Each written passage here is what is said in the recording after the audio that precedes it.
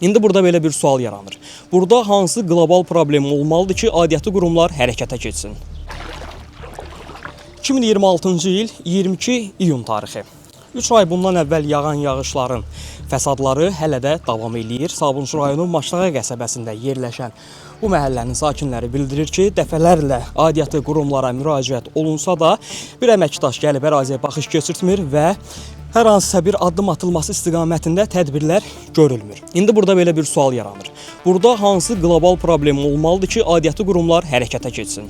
Yağışlardan aylar keçsə də, Sabunçu rayonu Maşlağa qəsəbəsində yerləşən Rövşən Salmonov küçəsində vəziyyət dəyişməyib. Sakinlər deyir ki, küçədə yaranan palçıq və su yığıntıları gündəlik hərəkəti çətinləşdirib. Həyətdə 1 metrə su var. Siz də baxışın, ayaq yola gedə bilmirik, inansan.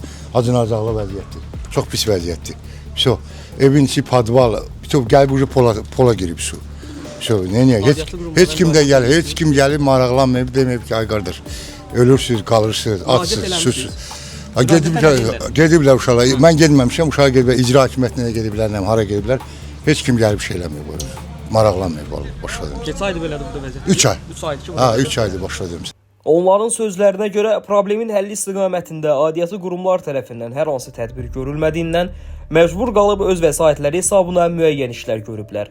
Sakinlər bildirir ki, əraziyə qum tökülməsi, su xəttlərinin dəyişdirilməsi və digər işlər üçün ümumilikdə 7000 manata yaxın xərc çəkib. Sakinlər həmçinin yaşadıkları evlərin qanuni əsaslarla tikildiyini və müvafiq çıxarış sənədlərinin olduğunu bildirdilər. Gələ bilmir. 400 metre yola görə 1 kilometr yarım fırlanırıq, gedib gəlirik, əziyyət çəkirik. Bir kömək eləyən zad yoxdur. Sakinlər nə edir öz vəsait hesabına? Maya bırakırlar, torpaq tökürlər, sonra su vururlar, nə bilim. Məsələ ilə bağlı Azərbaycan Dövlət Su Ehtiyatları Agentliyinin iri şəhərlərin Birləşmiş Su Təchizatı xidməti ilə əlaqə saxladıq. Qurumdan bildirildi ki, sözgedən ərazidə mərkəzləşdirilmiş tullantı su şəbəkəsi mövcud deyil. Açıqlamaya görə ərazinin relyefi qurun suları ilə olduqca zəngindir və bir müddət əvvəl yağan intensiv yağışlar qurun sularının səviyyəsini artırıb. Həm yollar, həm həyətlər, burada şambo sistemidir, kanaliza sistemi yoxdur. Bütün şambolar dolub.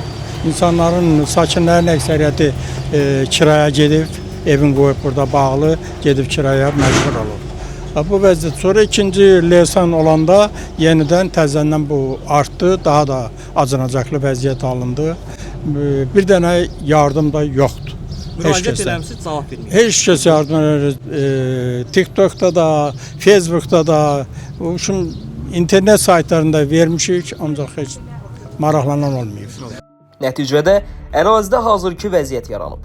Qeyd olunub ki, xüsusilə göl ərazilərində, fərdi yaşayış üçün nəzərdə tutulmayan torpaq sahələrində, eləcə də coğrafi relyef baxımından məskunlaşmaq üçün əlverişsiz hesab olunan ərazilərdə inşa edilən evlərdə intensiv yağıntılardan sonra su basması halları müşahidə olunub. Qurumdan o da bildirilib ki, tullantı su şəbəkəsinin mövcud olmadığı ərazilərdə kanalizasiya sisteminin qurulması məqsədi ilə Azərbaycan Dövlət Su Ehtiyatları Agentliyinin sifarişi ilə müvafiq layihə smeta sənədləri hazırlanıb. Lakin hazırda Rövşən Salmonov küçəsində problemin aradan qaldırılması istiqamətində hansı konkret tədbirlərin görüləcəyinə və işlərin nə vaxt aparılacağına dair ünvanladığımız suala isə qurum tərəfindən cavab verilməyib. Bakıyes Az Abbaslı Əsəd, Asim Zülfüqarov.